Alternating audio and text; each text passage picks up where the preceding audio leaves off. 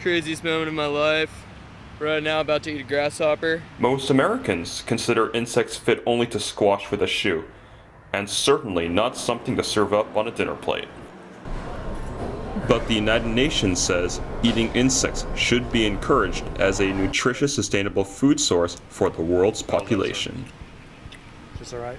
Although insects have a very big disgust factor, they're eaten by more than 2 billion people across the world.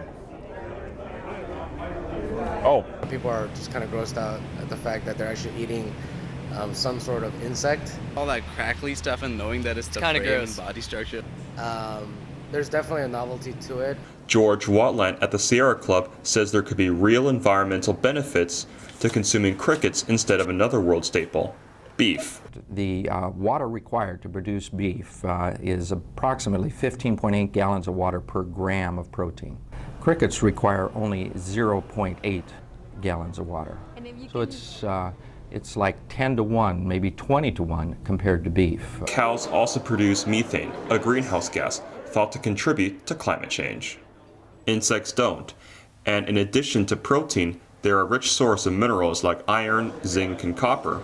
But even restaurant managers that serve insects doubt meat will ever be totally off the menu.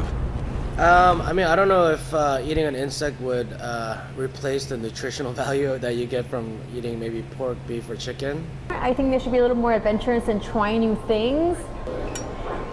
Am I going to stop eating meat and only, stay on an all-bug diet? Highly unlikely for me to do that. The Sierra Club's Watland thinks that knowing someone who already eats insects could be the catalyst that gets Americans to consider changing their diets. Once somebody that I know invites me to dinner, sits down and prepares something for me that they love, I'm more apt to try it. And that's how I think people are more apt to get introduced to insects in the diet.